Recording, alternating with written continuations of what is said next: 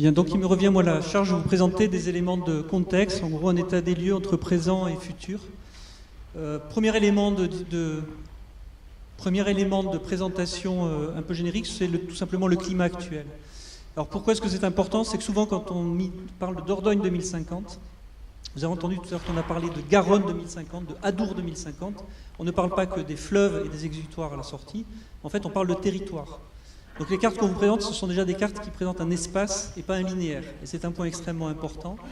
Et ça va être un fil conducteur de l'ensemble de la démarche, c'est-à-dire de s'intéresser effectivement à ce qui fait le détail des changements à venir, ce qui fera ce détail-là, et ce que feront la somme de tous ces détails à l'exutoire. Et pas uniquement se concentrer sur une conséquence en sortie de système. Donc le climat nous apporte déjà une première information, comme aurait pu le faire la carte du relief. C'est qu'en fait, quand on parle d'un bassin versant, on a l'impression, quand on est hydrographe, effectivement, qu'on travaille sur des cumuls évidents, que la solidarité amont-aval est une évidence, mais quand on règle son chauffage à Aurillac, on est peut-être encore en train de mettre la clim à Libourne, j'exagère un peu, mais quand même c'est pour dire qu'on est sur des territoires qui sont très diversifiés, qui vont d'un climat océanique à un climat montagnard. Deuxième élément qu'il faut toujours avoir en tête, c'est que quand on parle de prospective, on parle d'une autre dimension qui n'est pas spatiale, mais qui est la dimension temporelle. Alors, là je vous ai mis une tête de hipster des années 1870. En gros, c'est à l'époque où les chercheurs commençaient à travailler sur les relations entre le climat, la pluie, etc. Et ils avaient trouvé la réponse. Tout s'explique par les taches solaires. Alors, l'avantage de ces travaux, c'est qu'effectivement, très vite, on s'est mis à organiser de la donnée, de l'information, à la stocker et à l'administrer. Et cette information-là, elle nous est extrêmement précieuse. Parce que si aujourd'hui on a conscience et on est en capacité à présenter au public que des évolutions sont en cours, c'est bien parce qu'on a derrière 100 ans et parfois beaucoup plus de chroniques et d'enregistrements. Donc c'est un point évident, toujours s'appuyer sur la métrologie pour arriver à dire que la prospective, qui n'est que du calcul, a quand même des fondements et qu'on commence aujourd'hui à vivre déjà dans ce qui était de la prospective il y a 30 ans. Et on est dans cette phase très particulière qui est une phase de transition dans lequel on avait toujours travaillé avec un climat stable, et là on nous dit d'un seul coup, eh bien non, vos références vont bouger, on ne peut pas vous dire exactement comment, mais elles vont bouger. Nous en bureau d'études, on travaille beaucoup par exemple sur des dimensionnements d'ouvrages hydrauliques. Quand on fait un dimensionnement d'ouvrages hydrauliques, on prend le rétroviseur, on regarde quels ont été les épisodes qui ont eu lieu les 30 dernières années, et on dit, ah bah tiens, une année sur 100 il se passe ça, donc je vais dimensionner à cet étage-là. Le problème c'est que l'aménagement que je le fais pour les 100 ans qui viennent, pas pour les 100 ans d'avant. Et d'un seul coup, on nous explique que toutes nos références sont en train d'être bouleversées. Donc on est effectivement dans un exercice, on a besoin à la fois de dire que oui, les choses ont bougé, donc de pouvoir le montrer, pas le démontrer, mais le montrer tout simplement, et ensuite proposer des scénarios d'évolution. Donc c'est un petit peu l'esprit général de la présentation qu'on peut avoir. Alors on est aidé quand même de façon extrêmement intéressante par des travaux qui ont été faits au niveau planétaire, vous avez tous entendu parler du GIEC. Et les derniers travaux sur lesquels nous nous sommes appuyés datent de 2013. Ça commence déjà à faire quelques années, mais par exemple les travaux qui ont été mobilisés dans Explore 2070 étaient sur le cycle d'avant du GIEC. Donc on essaye de coller au plus près de la réalité des modélisations qui se font à l'échelle planétaire. Alors ce GIEC il nous explique ce que sera le climat dans le futur, mais au niveau de la Terre.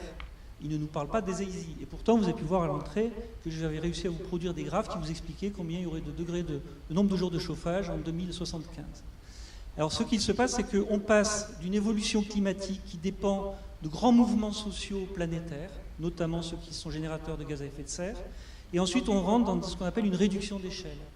Et on a en France la chance d'avoir plusieurs établissements de premier niveau, au niveau mondial, notamment pour faire de la modélisation, et qui font ce qu'on appelle une descente d'échelle. Et cette descente d'échelle nous permet de traduire tous les scénarios planétaires en scénarios locaux, c'est-à-dire qu'on est passé de la planète au clocher de l'église.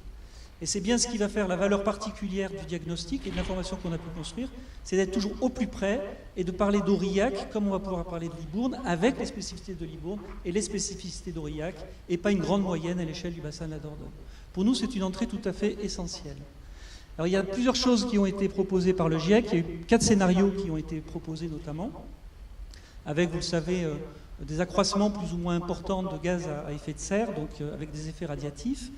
Et ces 4 scénarios, 3 ont été traités par Météo France avec suffisamment de variables pour qu'on puisse, nous, les exploiter pour faire de l'hydrologie, pour faire de la climatologie, pour faire de l'agriculture, enfin bref, pour faire toutes les simulations dont on a besoin pour traiter des cas concrets.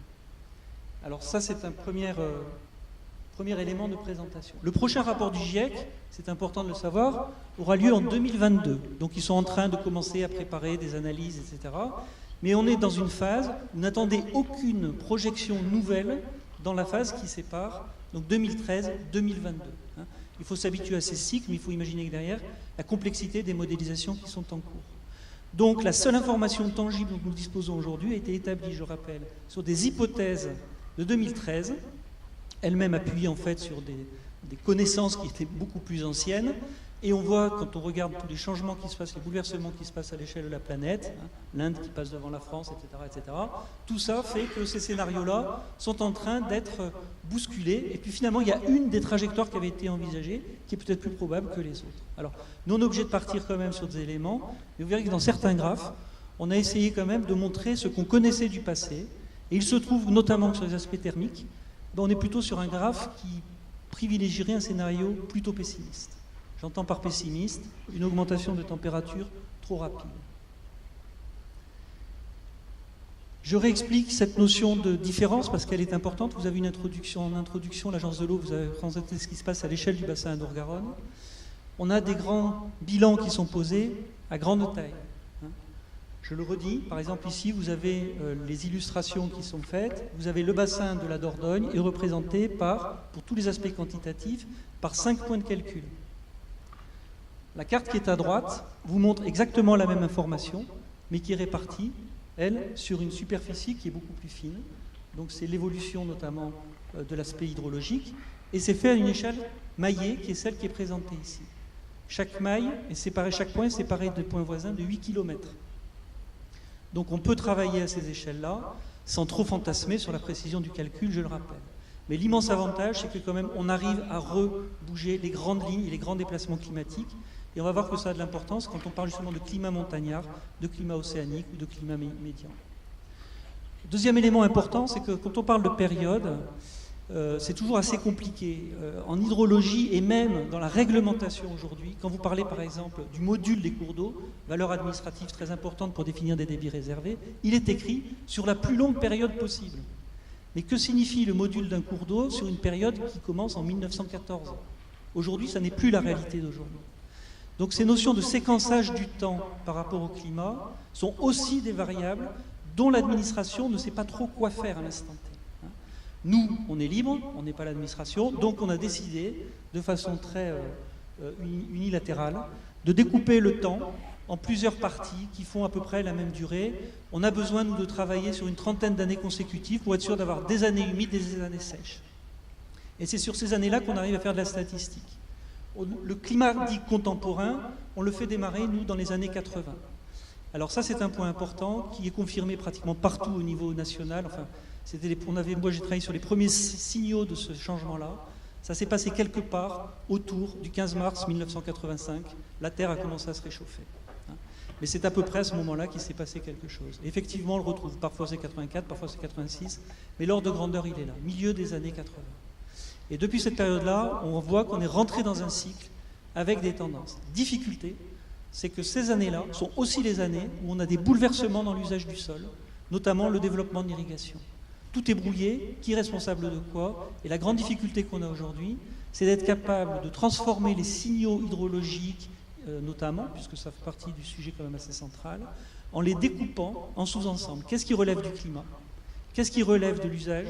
Qu'est-ce qui relève de, par exemple, l'hydroélectricité, l'usage d'irrigation, etc., etc. Donc nous, ce travail de la situation dite contemporaine, il y a beaucoup d'éléments d'information qui ont déjà été faits, déjà travaillés, et les ordres de grandeur, on les maîtrise à peu près.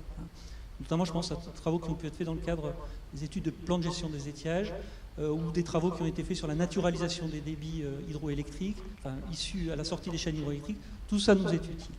Ensuite, on a une situation de futur proche qu'on va oublier généralement dans notre raisonnement pour pouvoir se dire, finalement, projetons-nous, c'est l'exercice, en 2050. Et 2050, on l'encadre de façon un petit peu particulière. Enfin, on a mis 2040-2070. Voilà. Ça, ce sont des éléments de codification que je pense qu'il était important quand même de préciser devant l'Assemblée. Alors, qu'est-ce que nous produisent ces scénarios climatiques? les trois dont on peut disposer. Vous avez en fait deux cartes qui montrent que si c'était simple, ça se saurait. À droite, on a les cartes qui présentent l'aggravation thermique. C'est le paramètre qui est, je vais dire, le plus sûr dans l'ensemble des observations, des simulations. À votre gauche, pardon. Je vais vous parler comme ça. À votre gauche, le scénario thermique. Vous voyez qu'on passe du jaune au rouge. Le symbole est évident. Hein, plus c'est rouge, plus c'est chaud.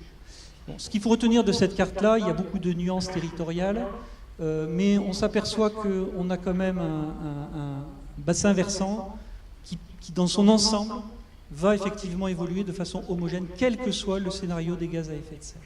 On va vers le réchauffement. Il y a des nuances territoriales et il y a des secteurs qui se réchaufferont plus que d'autres. Notamment, on peut faire la différence entre les parties qui peuvent bénéficier de l'inertie de l'Atlantique, partie aval du bassin versant, partie occidentale, et les parties plus montagnardes, je veux dire un petit peu comme quand on parle des pôles qui seront les premiers à payer les changements climatiques, eh bien c'est un petit peu pareil. Sur le plan des précipitations, alors là c'est compliqué, moi j'aurais préféré que ce soit le même type de carte, mais il se trouve qu'on a un scénario intermédiaire qui nous produit un scénario de pluie beaucoup plus abondant sur le territoire. Alors c'est un peu surprenant parce qu'on entend des messages assez classiques qui nous disent il y aura moins de pluie, il y aura moins de pluie l'été, il y aura moins de pluie, etc. C'est beaucoup plus compliqué que ça. Le signal de la pluviométrie est d'abord plus compliqué à interpréter et il n'est pas univoque en fonction des scénarios. Alors là, je laisserai les spécialistes de la météo expliquer la chose, mais en gros, vous pouvez imaginer que vous avez des climats qui se construisent au niveau atlantique et en fonction du positionnement qu'on a, la France est une situation médiane, hein, on n'est pas dans les tropiques, on n'est pas dans les pôles, et donc on est sur une zone où les choses basculent et peuvent osciller autour de nos territoires. Donc on est dans une zone d'incertitude pour la pluviométrie, il faudra savoir s'en rappeler. Alors derrière, il y a un principe qui a été montré tout à l'heure de façon synthétique, c'est un autre schéma qui est présenté, mais moi j'ai repris un élément qu'on nous trouve beaucoup aujourd'hui dans des documents internationaux notamment, le concept d'eau verte et d'eau bleue. L'eau verte c'est quoi? L'eau verte c'est l'eau qui va servir en gros à arroser le paysage, les forêts, les prairies, bref, que ce soit naturel ou pas. L'eau qui va tomber sur la végétation va s'évaporer par cette végétation. Une fois de plus, je répète, qu'elle soit naturelle ou artificielle. Cette eau-là va produire de la biomasse. Et puis ensuite, on a une autre fraction de l'eau, celle qui n'a pas été évaporée, et qui, elle, va circuler. Il se trouve qu'on réduit souvent la notion de ressource en eau à cette ressource unique, l'eau qui circule. Ne jamais oublier, dans le Sahel, ils sauront vous l'expliquer, que l'eau qui produit de la biomasse de façon spontanée, l'eau pluviale, est une eau qui a une importance évidemment stratégique. Alors ce qui est intéressant, c'est que vous avez un petit diagramme qui vous explique les grands bilans. En gros, vous avez 25 milliards de mètres cubes de précipitations chaque année sur le bassin de la Dordogne. Ça commence à faire pas mal. EDF d'ailleurs de se dire pourquoi j'en attrape qu'un 25e, puisqu'on a en gros 1 milliard de mètres cubes stockés sur le bassin versant. 25 milliards de mètres cubes, dont 58% va s'évaporer. 41% va s'écouler. Vous allez le retrouver en gros passé à l'estuaire. Et 1% est prélevé. Tout à l'heure, il a été dit que le bassin de la Dordogne était un bassin rural, où la forêt dominait, eau verte, et où finalement la pression de l'agriculture était encore assez modeste. On le confirme. Et quand je dis 1% prélevé, j'ai tout pris. Hein, puis je ne suis pas rentré dans des raisonnements de nuances. Hein. J'ai pris l'eau potable, l'industrie, l'agriculture, l'irrigation, les bilans de l'agence de l'eau. Tout ça, ça fait 1% de nos 25 milliards de mètres cubes annuels. On est donc bien sur un système où les mécanismes naturels sont des mécanismes dominants. Comment ça va évoluer? Eh bien, tout simplement en fonction des scénarios, quand on travaille sur des modélisations qui nous permettent de traduire cette pluie en débit. Et ce débit, en fait, on l'a posé à peu près partout sur le territoire. C'est ce qu'on appelle, pour les hydrologues, le débit spécifique. Hein, en gros, on fait ce calcul, tous les 8 km, tous les 64 km², 8 sur x8, on a fait un calcul de bilan hydrique et ce sont les cartes qui vous sont représentées ici. Alors ce qu'elles vous présentent, ces cartes-là, ce sont en fait les variations de ce bilan hydrique qui va avoir lieu par rapport à la situation d'aujourd'hui.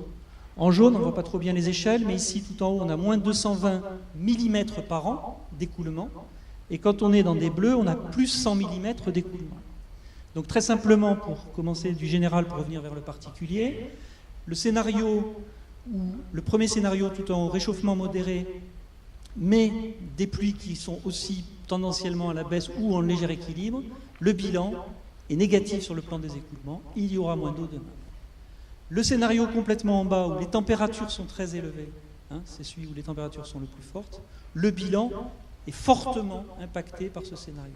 Le scénario du milieu, vous voyez qu'il est plus nuancé, il est plus compliqué. C'est-à-dire qu'on ne peut pas réduire ce scénario intermédiaire entre la balance entre la pluie qui aurait tendance à augmenter et l'évaporation qui va avoir tendance à augmenter. On s'aperçoit qu'elle nous construit des nuances territoriales. Et ces nuances territoriales, il est extrêmement important que vous ayez en tête parce que vous n'avez pas un territoire homogène sur le plan des écoulements. On ne peut pas parler d'un petit ruisseau de Laval comme on parle d'un ruisseau dans les montagnes du Cantal. Ça n'est pas possible. Et un exemple intéressant, c'est que vous avez aujourd'hui sur les montagnes du Cantal des niveaux d'écoulement qui sont de l'ordre de 1000 mm par an. Et vous voyez qu'ils sont toujours en jaune, même dans le scénario il pleuvra plus. Ça veut dire que les montagnes auront moins d'eau qu'aujourd'hui. Elles ont un avantage quand même significatif, c'est qu'elles en ont déjà pas mal aujourd'hui. Donc elles partent avec un avantage initial d'un niveau d'écoulement qui est relativement abondant, ce sont les sources, par rapport au reste du bassin versant. Quand on se déplace vers l'aval, on s'aperçoit qu'effectivement on a des pressions, des différences liées au climat qui peuvent atteindre les 100 mm environ, mais ces 100 mm-là, ils vont venir impacter un bilan d'écoulement qui aujourd'hui n'est que de 300 mm. Ça veut dire que dans un cas, on va perdre 30% de la ressource en eau, quand on est dans la partie girondine. Dans d'autres cas, on ne perdra que 5% de la ressource en eau. C'est pour ça qu'il faut être extrêmement vigilant sur les répartitions spatiales territoriales et ces bilans, parce qu'ils peuvent produire effectivement des effets qui n'ont rien à voir les uns avec les autres. Alors, ce qui est important, c'est que quand même on confirme les ordres de grandeur généraux qui sont présentés par Explore 2070, qu'on va retrouver dans le plan d'adaptation du bassin Adour-Garonne. C'est que tendanciellement, on peut retenir que sur 2 scénarios sur 3, on va aller vers une baisse des ressources hydriques circulantes. Cette baisse, elle va représenter effectivement autour de 20%. Je ne reviens pas sur les chiffres qui ont été présentés tout à l'heure. Alors, de quel paysage hydrique parle-t-on? Je crois que c'est quand même une notion importante. Vous avez ici une carte de la situation actuelle. Quand l'IGN se promène dans les campagnes pour voir comment sont les cours d'eau, il met un signal, cours d'eau intermittent, ça veut dire qu'il de temps en temps s'arrête de couler, et cours d'eau pérenne qui coule toute l'année. En rouge, vous avez, enfin en rouge, vous m'avez compris, c'est ce qui n'est pas bleu, en orange, les cours d'eau intermittents qui sont aujourd'hui déjà en situation d'intermittence. Et en bleu, ce sont ceux qui coulent tout le temps. Premier constat, on a beau être en Aquitaine, pays de l'eau, on a des cours d'eau intermittents, déjà. Et quand vous promenez dans les paysages des coteaux girondins, par exemple, vous voyez ces cours d'eau intermittents. Il y a toute une zone où il n'y a pas de cours d'eau du tout, ou presque pas, si ce n'est très grand, c'est toute la zone karstique, mais vous le savez, dans cette zone karstique, l'eau coule par-dessous plutôt que de couler par-dessus. Et puis on a quand même, malgré tout, un cheveu hydrographique de l'amont, ça peut surprendre un petit peu, mais qui peut être sensible effectivement à l'assèchement temporaire, notamment pendant les étés et les automnes. Eh bien, ces conséquences du changement climatique sur ces cours d'eau, c'est que si on réduit de 30% les écoulements dans un secteur où il y a déjà une forte prévalence au risque d'assec, on ne va faire que l'aggraver.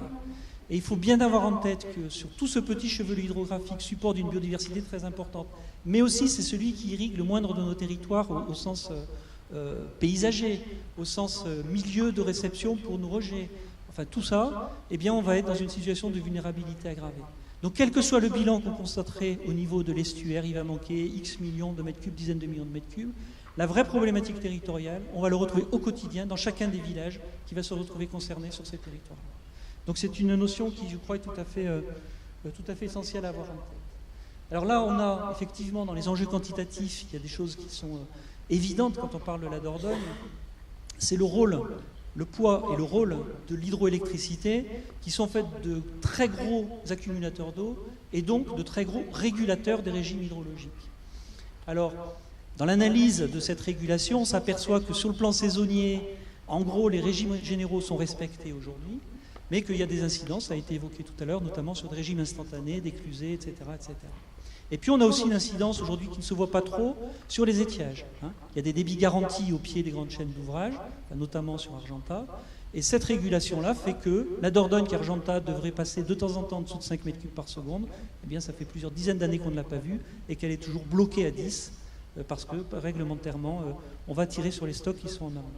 Donc une des réponses qui peut paraître évidente, c'est que on se dit finalement, en termes de planification à grande maille, vue de Paris, pour faire simple, la Dordogne, je fais un point de mesure à la sortie du système, je constate qu'il va manquer moins 20% de ressources en eau à la sortie du système.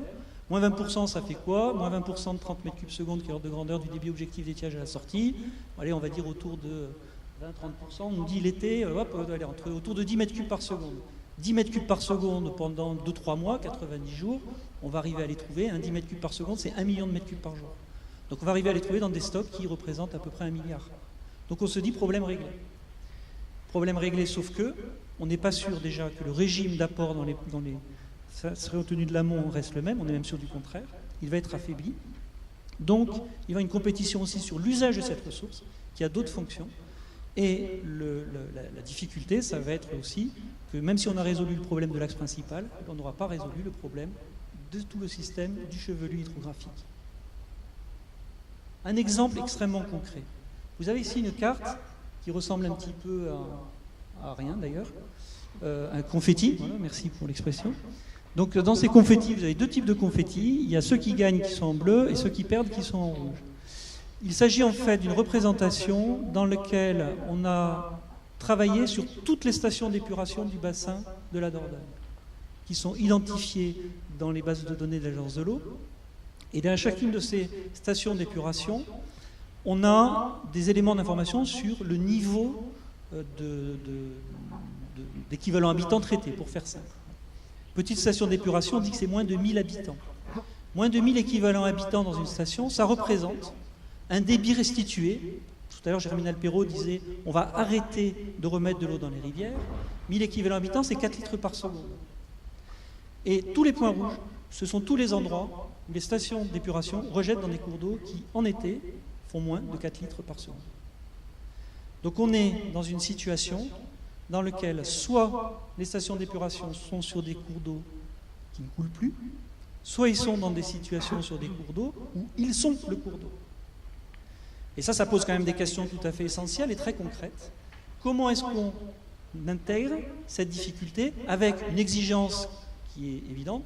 Il faut qu'on respecte la directive cadre européenne sur la qualité de l'eau.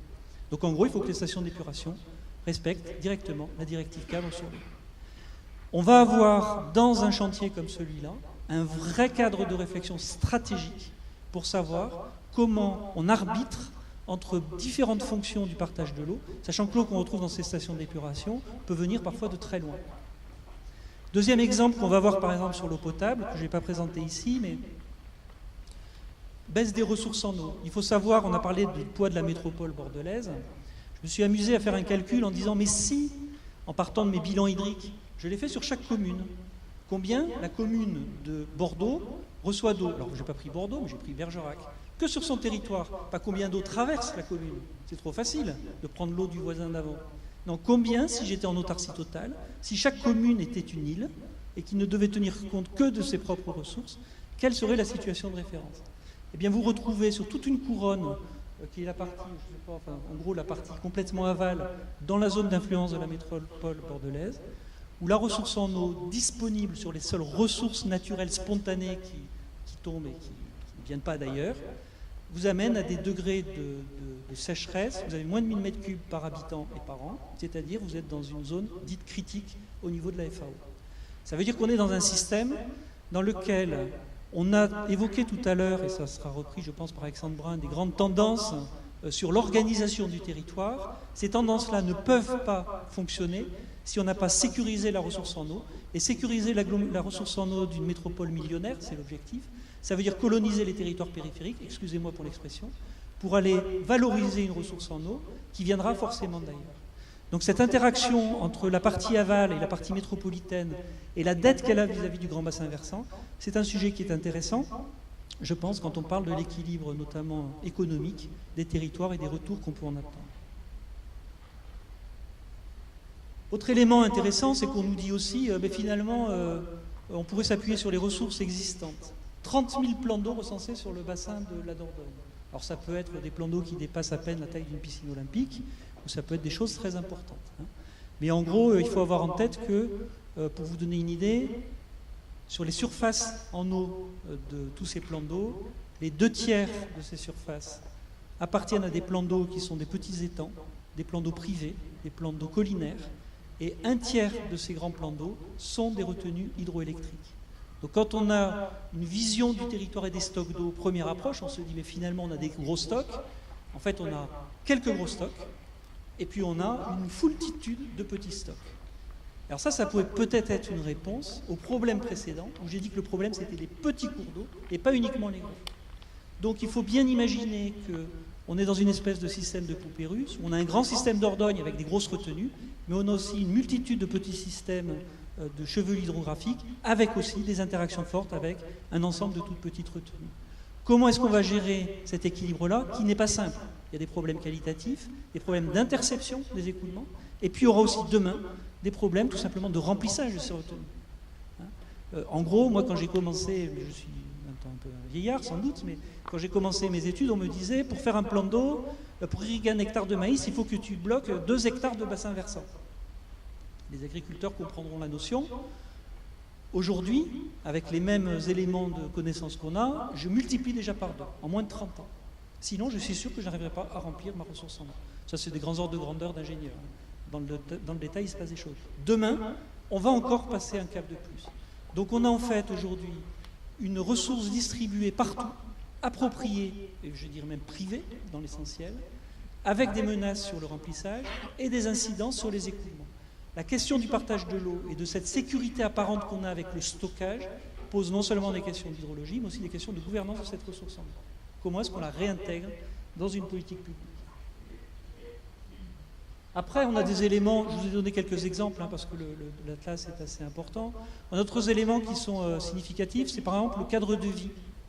Alors ça, c'est vrai que c'est une idée que j'avais trouvée en assistant aux premières conférences sur Adour 2050, où on parlait de la climatisation. Et donc j'ai fait le même exercice, et vous voyez effectivement qu'on va avoir plusieurs éléments. Le cadre de vie, c'est d'abord un enjeu sanitaire. Et là, vous avez ici la présence de la question des canicules. Je crois qu'au Canada, en ce moment, ils sont en train de vivre un événement désagréable. Le dernier qu'on a vécu, nous, de façon significative sur le plan sanitaire, c'est 2003. Ce qui nous est proposé, c'est en fait une répétition de ce genre d'événement. Il y aura moins de canicules dans les montagnes qu'il n'y en aura dans le cœur du bassin versant. Ça peut être demain, peut-être, un facteur d'attractivité particulier. Pourquoi pas? Derrière le mot sanitaire, j'en profite, on a toute une ribambelle de problèmes qui vont se soulever. Premier cas de dengue qui a été expertisé, je crois, à Bordeaux, j'ai lu ça hier sur mon smartphone. On dit que c'est le premier, mais je crois que ce n'est pas le premier. Ça veut dire qu'on a aussi une vulnérabilité accrue qui va arriver sur des enjeux, par exemple, liés à la prolifération des moustiques. Interaction forte avec les politiques de gestion des zones humides et des milieux aquatiques à prendre en compte. Il y aura quand même des bonnes nouvelles. À Bergerac, la facture de pétrole sera réduite. C'est une chance, parce que théoriquement, il devrait y avoir moins de pétrole, enfin du moins, si on en croit le peak oil. Effectivement, on a des tendances de ce style-là. C'est-à-dire qu'on peut avoir des mécanismes d'adaptation, d'ajustement dans la vie quotidienne qui peuvent évoluer. Donc là, ici, on a mis le chauffage. Et ici, c'est la climatisation. Bon, ok, on est content, on a économisé du pétrole. Le bassin versant de la Dordogne est un bassin qui fonctionne à 100%, enfin qui produit 100% d'énergie renouvelable. Il n'y a pas d'usine qui transforme le pétrole sur le bassin de la Dordogne. Ça veut dire qu'entre ce schéma-là, tendance à moins de chauffage, ce schéma-là, tendance à plus de climatisation, les opérateurs de production d'électricité qui sont quand même très impliqués et dans le chauffage et dans la climatisation connaissent ces tendances et savent que potentiellement, il peut y avoir une évolution dans le placement de l'eau qui est aujourd'hui extrêmement compliqué parce qu'on est embarqué dans un système économique d'une complexité infernale. N'empêche que dans les tendances de fond, on peut avoir effectivement à se dire qu'on aura peut-être besoin de moins d'électricité pendant l'hiver et peut-être de plus pendant l'été. Si cette hypothèse se traduit en gestion hydrologique, ça veut dire qu'il n'est pas interdit d'imaginer qu'on aura demain, plus d'eau spontanément dans les rivières l'été, parce que la production hydroélectrique l'aura sollicité. Mais ça, ce sont des questions de prospective. C'est pas écrit, c'est pas sûr. Il peut arriver, parler du choc pétrolier, mille et une choses. Développement de la voiture électrique en 2020, quelles conséquences sur la production d'énergie renouvelable? Moi, je n'en sais rien à l'instant T. Derrière le système de gestion, j'attire votre attention sur un paramètre qui n'est pas trop souvent évoqué quand on parle de changement climatique. C'est quand l'air se réchauffe, l'eau se réchauffe aussi. Et quand l'eau se réchauffe, tout le système écologique qui est organisé autour de ce climat hydrique va être potentiellement bouleversé. Et vous êtes, vous, sur un territoire, c'est très bien connu des gens d'Épidore notamment, vous êtes sur un territoire où vous avez aux sources de la Dordogne et de la Maronne et de la Serre des très très gros réservoirs hydroélectriques. Et ces très gros réservoirs hydroélectriques représentent une masse d'eau considérable par rapport à l'eau qui rentre. Donc une inertie thermique. Et cette inertie thermique produit une forme de climatisation. Et pour vous donner un exemple, c'est un schéma savant, je m'en excuse Alexandre, il m'aurait interdit de le mettre s'il l'avait vu avant, mais vous avez un schéma normal dans lequel on voit comment s'organisent en gros deux paramètres. Ici, c'est le nombre de jours dont j'ai besoin pour expliquer quelle est la température de l'eau. En gros, si j'ai 5 jours où il fait chaud dehors, je sais que je vais avoir un impact sur la température de l'eau qui va s'inscrire. Si j'ai après ces 5 jours de froid, hop, je vais avoir une traduction immédiate. Plus le bassin versant est grand, ce qui est représenté à peu près par ces distributions des points sur la ligne, plus l'inertie est lourde. Ça peut être assez logique, ça peut se comprendre, les temps de transport, etc. Et puis, les schémas qu'on a là sont des schémas assez traditionnels. Quand on arrive dans la partie complètement aval, on s'aperçoit qu'il y a un système qui a l'air de sortir un peu de notre cadre. Lui, il est soumis à l'influence des marées. On est tout à fait à l'aval. Et là, on a l'influence océanique et la remontée hydraulique du système qui a une incidence forte sur le système thermique. Forte, que dis-je? Parce que si on regarde ce qui se passe sur les axes sous les ouvrages hydroélectriques, on s'aperçoit que l'influence est considérable. Vous avez aujourd'hui une inertie thermique qui est produite tout simplement par le stockage de l'eau dans les barrages, qui oscille entre 80 jours à 90 jours quand on est argentin, et 40 à 50 jours quand on est 50 km à l'aval d'Argentin. Ça veut dire que la température de l'eau des lacs, qui s'organise sur 3 mois consécutifs, donc en gros c'est très saisonnier, très amorti, va avoir une incidence très forte sur tout le fonctionnement thermique de la Dordogne, de la Maronne et de la Serre. Alors la Dordogne, pas toute, puisqu'il y a une partie, notamment dès qu'on arrive à partir de Tuilière, tout ça est complètement de la désert, tout est complètement amorti. Et cet effet thermique-là est très important parce que c'est à cause de lui qu'on a aujourd'hui du saumon à cet endroit-là du bassin. Autrefois, les saumons ne s'arrêtaient pas là, ils continuaient tout droit, on leur a dit stop. Bon, les prospectivistes de l'époque, je ne sais pas s'ils auraient anticipé cette situation, mais aujourd'hui, les saumons se reproduisent dans une zone, je crois que je ne me trompe pas trop, qui n'était pas leur lieu spontané de reproduction, mais ils ont pu le faire uniquement parce qu'ils avaient une ambiance thermique climatisée. Que vont devenir nos grands climatiseurs dans le futur? Ça dépendra forcément du régime d'exploitation de la ressource en eau. Et vous voyez que derrière, on peut avoir des conséquences écologiques tout à fait significatives. Alors, on a fait, nous, un test sans modification de gestion des ouvrages. Le simple fait de remonter la température atmosphérique va faire remonter la température de l'eau. Et la modélisation qui vous est proposée là vous montre entre la courbe bleue et la courbe rouge l'élévation de température auquel on peut s'attendre au pied des ouvrages d'Argentin. Ça pourrait paraître pas très significatif dans le détail, mais enfin on prend de l'ordre de 1 degré en aval. C'est beaucoup parce qu'on peut aussi avoir des effets qui sont liés à des effets temporaires, ponctuels, d'ensoleillement, etc. Voilà. Donc c'est à suivre. Et c'est beaucoup surtout parce que ça veut dire que le périmètre, la répartition potentielle en linéaire favorable à l'implantation des grands migrateurs, et bien ce linéaire-là, il va se réduire parce qu'on va se rapprocher de barrages de plus en plus. Donc les changements climatiques vont avoir un effet un peu étrange sur le bassin de la Dordogne, c'est qu'ils vont réduire potentiellement l'aire de répartition disponible, potentiellement utile, je ne sais pas comment utiliser l'expression, pour certains de nos migrateurs, notamment salmonidés. Mais je vois que Mme Rabi qui est dans la salle, donc j'avais préparé une diapo spécialement pour elle. Donc là, nous sommes, pour les gens du bas bassin, comme vous diriez, et au niveau de l'estuaire. Et au niveau de l'estuaire, j'ai juste pris un schéma. Vous savez que l'estuaire est soumis à un effet, l'estuaire qui fait pleinement partie de notre périmètre d'étude, je le dis quand même, qu'il n'y ait pas d'ambiguïté sur cette question-là, au moins jusqu'à Ambès. La station de Libourne, en gros, dans un estuaire, vous avez un mécanisme ultra dominant, en période, on va dire, d'été, c'est le flux de la marée qui monte et qui voilà. Donc on a des mouvements hydrauliques 2 fois par jour qui sont importants. On peut avoir un effet significatif de l'hydrologie, mais uniquement en crue, où vraiment il va avoir un impact fort sur la dynamique de ces systèmes hydrauliques et sédimentaires. Je fais très simple, hein, mais c'est pour simplifier la chose. Dans ce mouvement d'aller-retour, de conflit entre les eaux douces et les eaux marines, va se développer le fameux problème, entre guillemets, ce n'est pas un problème, c'est un phénomène naturel. Le fameux phénomène naturel dit du bouchon vaseux. Le bouchon vaseux, pour ceux qui exploitent des stations d'épuration, ça se comporte comme une boue activée. Plein de particules d'argile. Sur ces particules d'argile, une activité microbienne extraordinaire.